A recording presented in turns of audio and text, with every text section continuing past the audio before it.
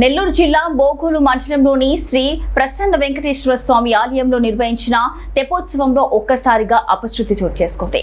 ఉత్సవం మధ్యలో తెప్ప ఒకవైపు మునిగిపోవడంతో పరిస్థితి క్షణాల్లో ఉద్రిక్తంగా మారింది. అయితే అప్రమత్తమైన భక్తులు భయపడకుండా స్వామివారిని చేతులపైనే మోస్తూ సురక్షితంగా ఊరేగింపు కొనసాగించారు. ఈ ఘటనలో ఎలాంటి ప్రాణ నష్టం జరగకపోవడంతో ఊరట కలిగించింది.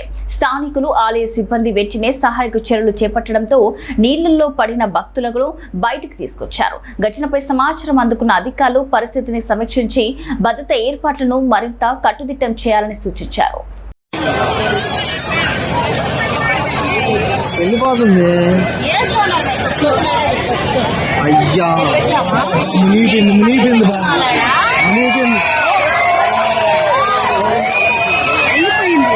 ఆపేయాలి.